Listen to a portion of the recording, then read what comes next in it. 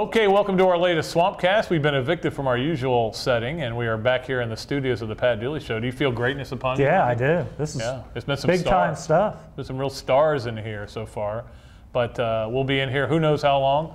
Hopefully you'll put up with it. Next time we come to you, though, we'll be coming to you live from Commonwealth Stadium, where Florida will play Kentucky. And Robbie, you know, Kentucky has built a good, nice little program up there. They're not great, but you can't go up there and take them lightly. You come away with an L. No, Florida knows that too. I mean, Florida's had some trouble up there before in the past, and this is a very good Kentucky team, very good on offense, improved on defense.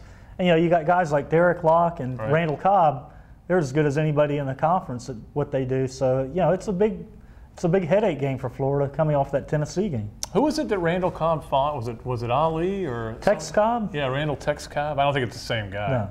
His eligibility be up by now. Yeah, they're good. They got Mike Hartline last year was a total cluster, and now he's actually pretty good. Yeah, Chuck Heater was talking about him yesterday. He's a lot better throwing the ball downfield. The key, making decisions. He knows how to make decisions now, which makes a big difference. It does. Last year he wasn't very good, and if you remember, when he lost his starting job to Randall Tex Cobb, he basically blamed his teammates for it. Yeah, so he was awful when they brought him back in the game that day. Oh, remember him here? He was terrible. Yeah. And that's the thing. You sit here and you go, what are you guys talking about? Florida beat them 63-5 last year. Florida's won 22 in a row. I was thinking about this today, Robbie.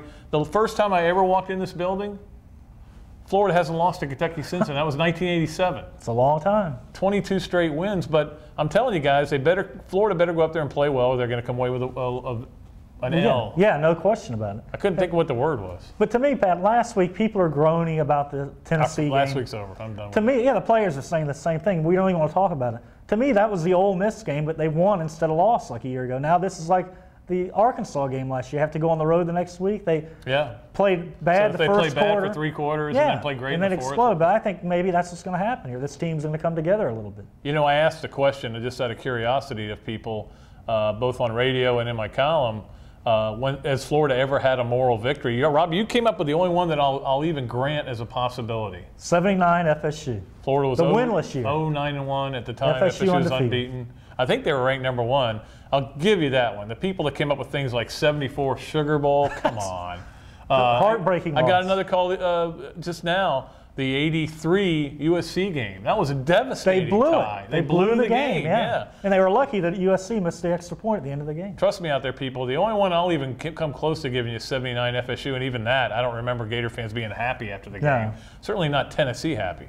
But if you got any of those, or also questions for Dr. Football, we're running a little low on them. I stockpiled a bunch from the beginning of the season. We use one in Sidelines every week. We use one on the Pat Dooley Show every week, so make sure you give us a call. All right, going up to Lexington, Robbie, we're excited about it, kind of get away from everything. Temperature's going to be in the mid-70s. You got to like that. We go to a different stadium, different deal. It's a good place to watch a football game. The atmosphere is good up there. I mean, people probably think, no, basketball school, but it's got a good football atmosphere, too. It's become good. Yeah, it used to be really bad. And I remember in 05 when we went up there, and they were all left at halftime, and it was 49-7. And then, fortunately for Kentucky, Josh Portis entered the game, and you know, where he's quarterbacking now at the University of Cal. Did you know that? Yeah. At Pennsylvania. Hey, you got to start somewhere or end somewhere. But I wonder if Patricia's with him. She probably is. His agent. His agent, PR. She'll probably see this now, and I'll get a phone call. Pat Dooley, let me tell you something. Josh is having a wonderful year. But, you know, it'll be fun up there. Remember 2 years ago, we couldn't believe all the people that were playing that game, cornhole? I mean, everywhere you went, there must have been 5,000 games. That is where I first noticed it. It was everywhere. And you see it here a little bit now. You just throw this beanbag into the thing. So most people cook, drink a few beers, they throw this beanbag. They throw the beanbag. And then they come and leave at halftime a lot. But I don't think this week. I think Florida's got to find some receivers, Robbie.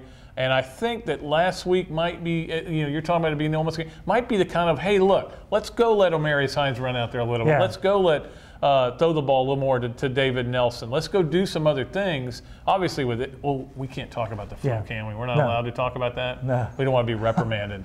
So but, you know, they've got to apparently they had some players that weren't feeling well. They've got to do more on offense, Pat, because Kentucky's going to do more on offense. Exactly. So that's going to force them to open the playbook a little bit.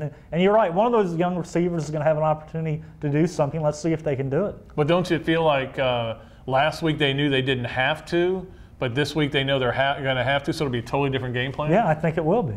Yeah. I think, like Meyer says, before every game he talks to Chuck Heater. What do you think? What do we have to do? And I think we're going to need more offense this week is what he's going to tell them. Yeah, they don't have Eric Berry back there, but they do have Trevard Lindley, very talented player. He missed the fourth quarter of the Louisville game with a bruised knee, but he will be back this week.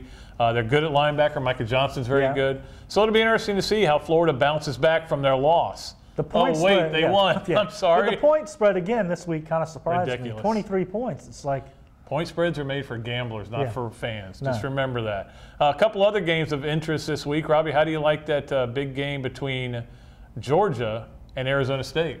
Georgia, no problem. No problem? No problem at all. How about Alabama, Arkansas? Alabama, no problem at all. Really? Yeah.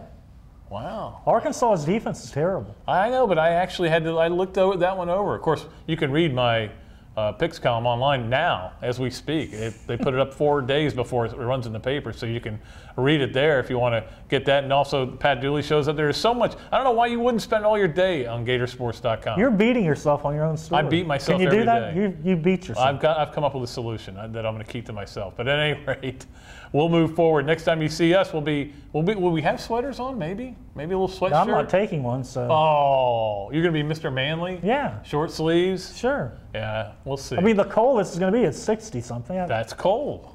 No. Right now it's 112 out there. Okay. I'm not taking one either. If you're not taking one, I'm not taking one.